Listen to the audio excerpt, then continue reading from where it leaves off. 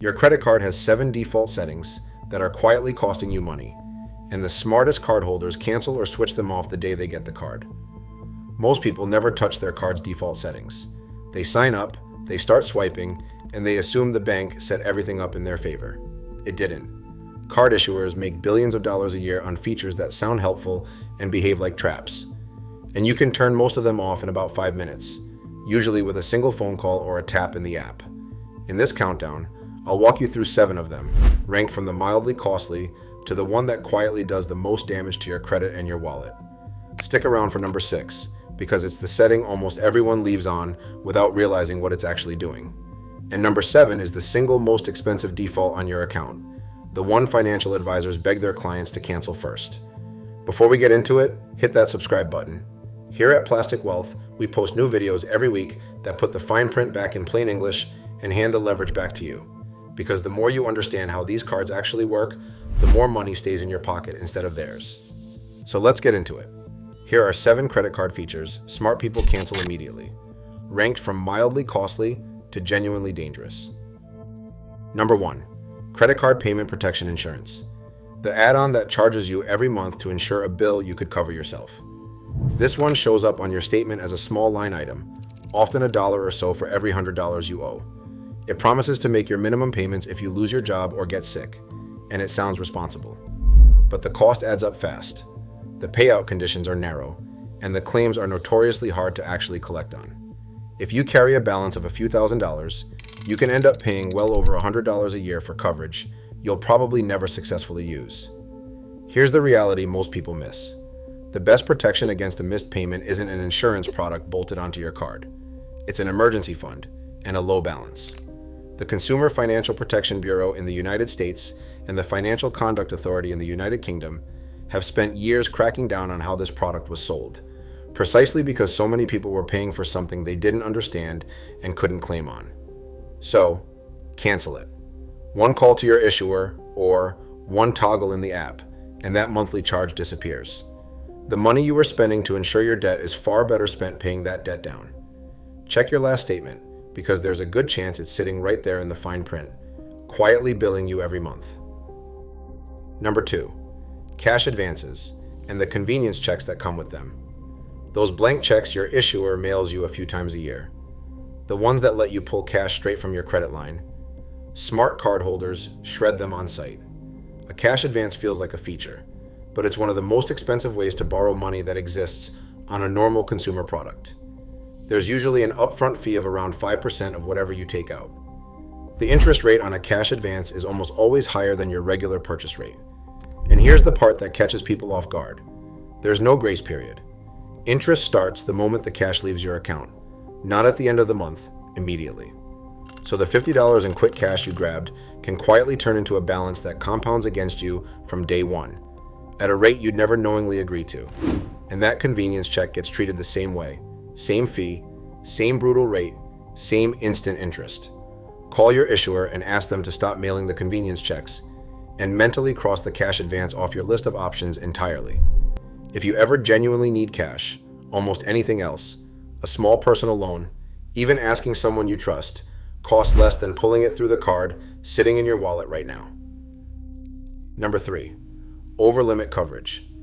This is the setting that lets a transaction go through even when it pushes you past your credit limit, and then charges you for the privilege of going over. For years, this ran on autopilot. You'd tap your card, the purchase would clear even though you were maxed out, and a fee would land on your statement for exceeding the very limit the bank set. The Credit Card Act of 2009 changed the rules so that issuers now need your explicit opt-in to charge you for going over the limit. And that's exactly the point. A lot of people opted in years ago without remembering, or got nudged into it, and it's been quietly enabled ever since. There's almost no upside to leaving it on. If a purchase would take you over your limit, the better outcome is for it to simply be declined. A declined transaction costs you nothing, and it tells you something useful. You're close to the edge. An approved over-limit transaction costs you a fee and pushes your credit utilization even higher, which can ding your FICO score at the same time. And that's the number Equifax, Experian, and TransUnion are all reporting to lenders. So log into your account and look for the over-limit setting, then switch it off. You want your limit to actually function as a limit, a guardrail, not a toll booth. It's one of the fastest toggles on this list, sitting in your account settings right now, waiting for you to turn it off. Number 4. Automatic annual fee renewal on a card you've stopped using. This one's less about a hidden trap and more about inertia. And inertia is exactly what card issuers count on. You signed up for a card with an annual fee because the sign-up bonus or the perks were worth it that first year. Then life moved on. The card drifted to the back of the drawer, but the annual fee kept renewing anyway, year after year, for benefits you're no longer using. $95 here, a few hundred there, charged automatically, easy to miss on a statement you barely read. Here's the move smart card holders make. Before that renewal hits, they call the issuer and do one of 3 things. They ask for a retention offer, a statement credit or bonus points to justify keeping the card another year.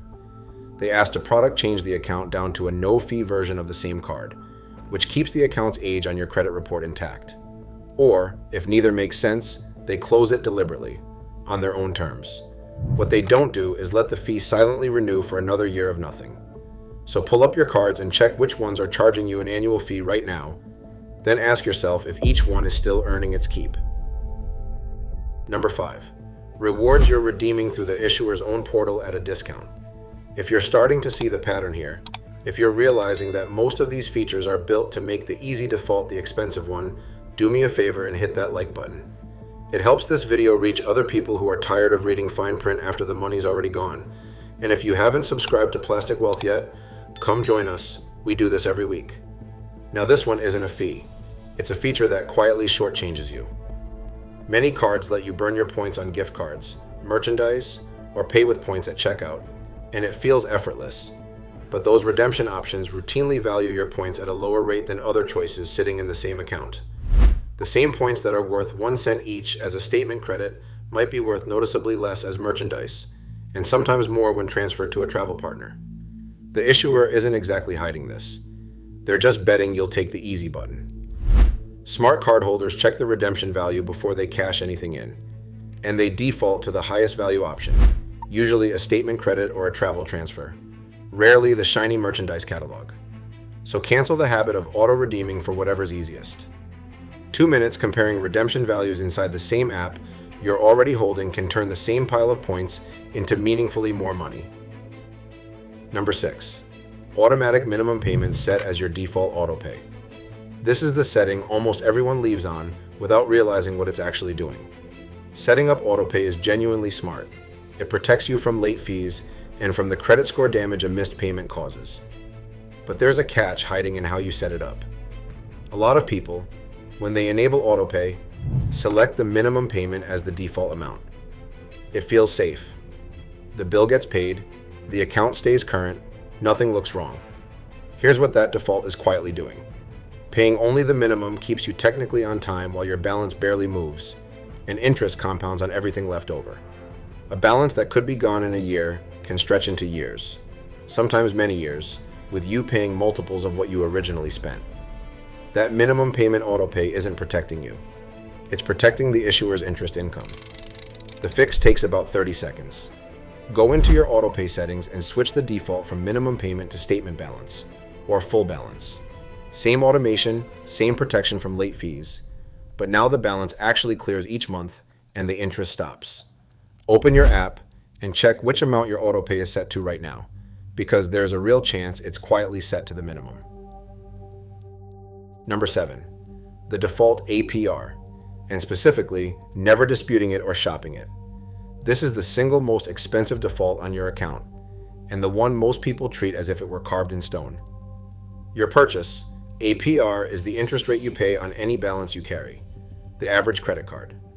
APR is currently around 20.7%, and here's what almost nobody does. They accept whatever number is printed in their Schumer box, that standardized disclosure table on your credit card agreement, as a fixed fact of life. It isn't. The Truth in Lending Act requires issuers to disclose that rate clearly, but it doesn't require you to accept it forever. And because most credit card annual percentage rates are pegged to the prime rate, which moves with Federal Reserve policy, your rate has almost certainly shifted since you opened the account anyway. If you carry a balance, that rate is quietly the most expensive thing about your entire financial life, More expensive than your rewards are valuable. More expensive than any fee on this list. Compounding month after month. Smart cardholders refuse to just live with it. If you've paid on time and your credit has improved since you opened the card, you can call your issuer and ask for a lower rate, and a meaningful share of people who ask actually get one, simply because they asked. If they say no, you have a bigger lever, a balance transfer to a card offering a 0% introductory period, which can freeze the interest entirely while you attack the actual balance.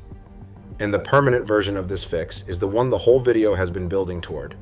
Carry no balance at all, pay the statement in full, and the APR becomes a number that never touches you. So don't cancel the toggle here.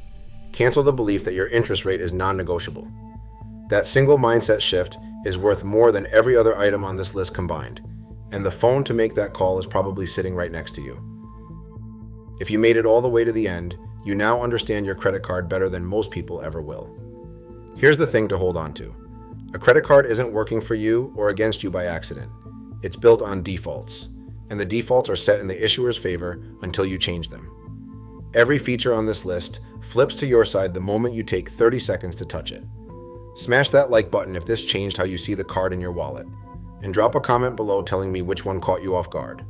Were you team over-limit coverage, quietly charging you to exceed your own limit?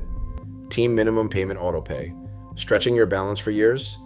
Or team APR, the one nobody thinks to negotiate? I read every comment, and I want to know which default you're switching off first. If you haven't subscribed to Plastic Wealth yet, what are you waiting for? Hit that subscribe button and ring that notification bell so you never miss a video, because we're building real financial leverage here, one piece of fine print at a time, and I'd love to have you on this journey with us. Remember, the most powerful move in personal finance usually isn't some complicated strategy. Sometimes it's just turning off a setting the bank was hoping you'd never notice.